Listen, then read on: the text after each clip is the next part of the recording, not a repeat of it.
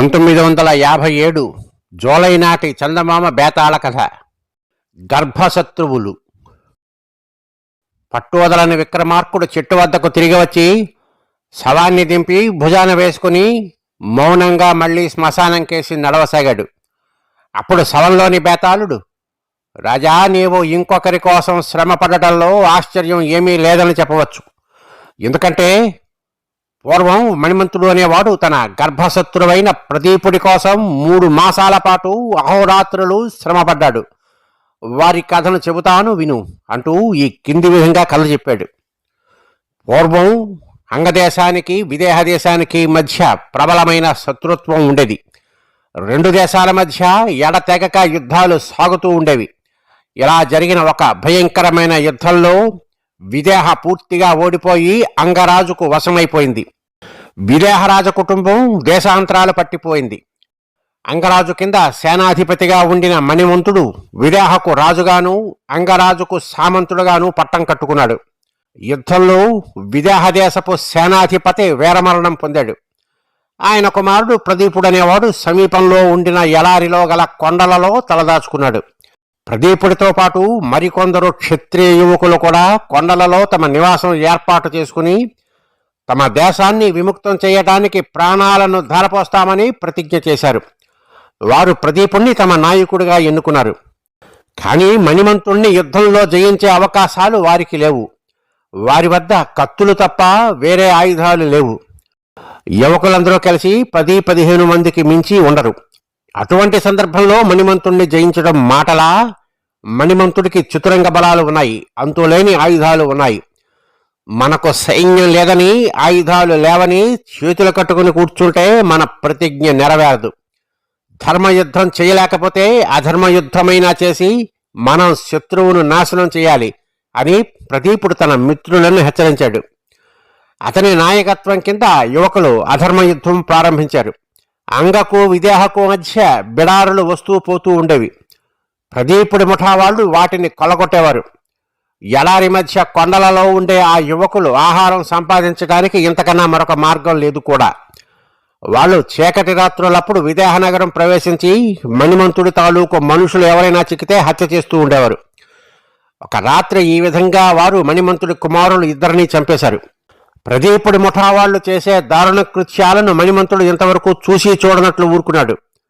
తాము చేసే పని అతి నీచమైనదని వారికే తెలిసి వస్తుందని ఆయన నమ్మాడు. కానీ వారు తన కుమారులను అధర్మంగా పిరికి పందులల్లే చంపేసేసరికి ఆయనకు పట్టరాని ఆగ్రహం వచ్చింది.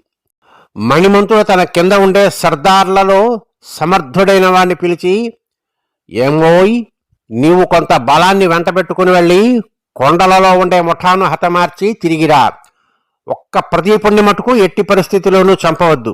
జననష్టం జరిగినా సరే అతన్ని ప్రాణాలతో పట్టి తీసుకునిరా అని హెచ్చరించాడు. సర్దారు ఆ ప్రకారమే 100 మంది సైనికులను వెంటబెట్టుకుని ప్రదీపుడి ముఠా ఉండే కొండలకేసి బయలుదేరాడు. అతి కష్టం మీద ఈ సైనికులు ప్రదీపుడి ముఠా ఉండే రహస్య ప్రాంతం కనిపెట్టి చుట్టుముట్టేశారు. ఇది ఆఖరి పోరాటం.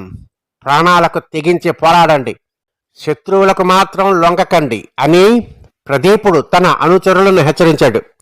వారు కూడా ఒక్కొక్కడు 10 మంది పెట్టుగా పోరాడి మణిమంతుడు పంపిన సైనికులలో సగానికి పైగా హతమార్చి చివరకు తాము చనిపోయారు.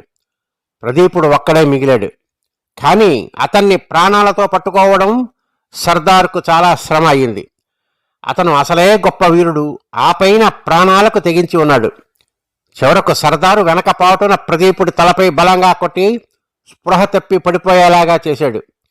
ఆ రాత్రే ప్రదీపుణ్ణి మణిమంతుడి వద్దకు చేర్చారు. అతను చావలేదన్న మాటే గాని చాలా అపాయ స్థితిలో ఉన్నాడు. రాజవైద్యుడు అతన్ని పరీక్ష చేసి బ్రతకటం కష్టమని చెప్పాడు.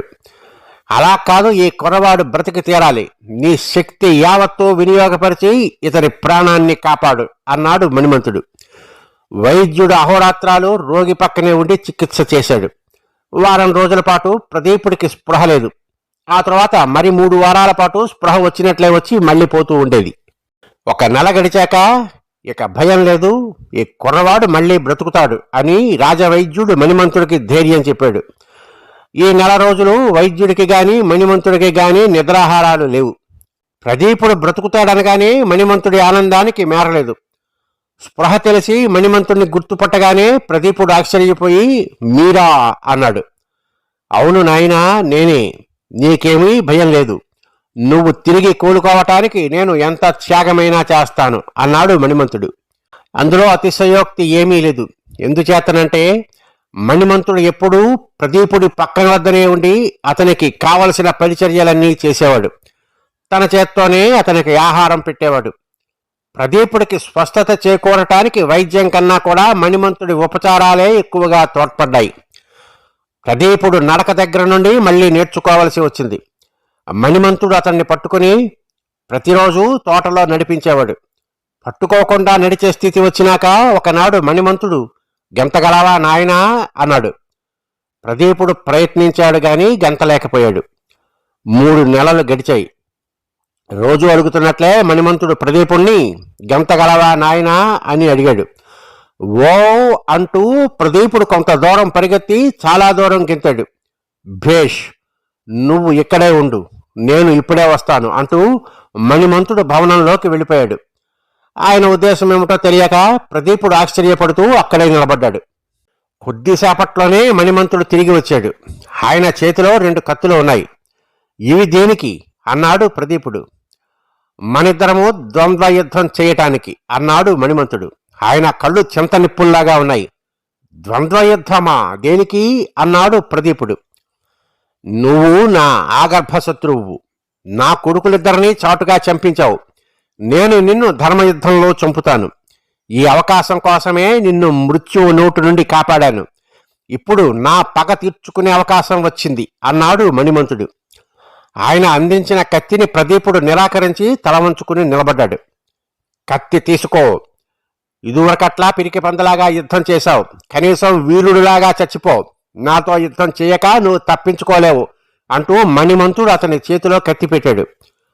ప్రదీపుడికి మతిలో లేదు. మణిమంతుడు కత్తి ఎత్తి తన పైకి వచ్చినప్పుడు అతను అప్రయత్నంగా తన కత్తి ఎత్తి ఆత్మరక్షణ చేసుకున్నాడు. అతను ఆత్మరక్షణ కోసం పోరాడాడు కానీ మణిమంతుడిని గాయపరచడం అతనికి ఎంత మాత్రమూ ఇష్టం లేదు. అయినప్పటికీ కొద్దిసేపట్లోనే ప్రదీపుడి కత్తి మణిమంతుడి గుండెని చీల్చేసింది.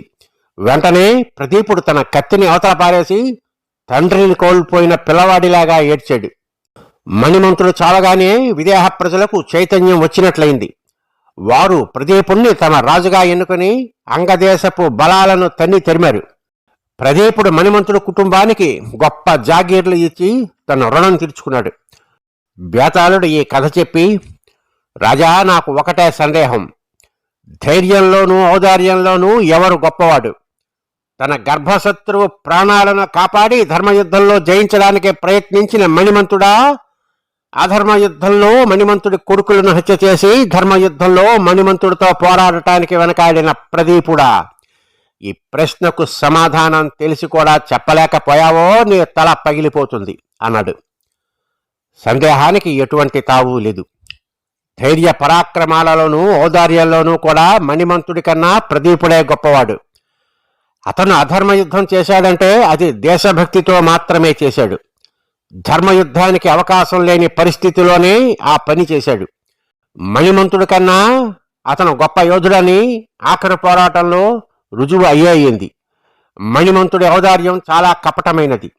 ప్రదీపుణ్ణి ద్వంద్వ యుద్ధంలో సులువుగా చంపగలనని అనుకోవటం వల్ల విదేహ దేశ ప్రజలకు తాను ధర్మబుద్ధి గలవాడుగా కనపడాలనే ఉద్దేశ్యంతోనూ ఆయన ప్రదీపుడికి సేవ చేశాడు. అతను తనకన్నా గొప్ప యోధుడై ఉండవచ్చునని మణిమంతుడికి తట్టలేదు. ప్రదీపుడు కూడా మణిమంతుడి ఔదార్యం నిజమైనదని నమ్మాడు. అది నిజమైన ఔదార్యం కాదని తెలియగానే అతనికి మతిపోయినట్లయింది. అందుచేత మణిమంతుడి కన్నా ప్రదీపుడే అన్ని విధాలా గొప్పవాడు అని విక్రమార్కుడు చెప్పాడు. రాజుకు ఈ విధంగా మౌనభంగం కలగగానే బేతాళుడు శవంతో సహా మాయమై మళ్లీ చెట్టెక్కాడు. స్వస్తి.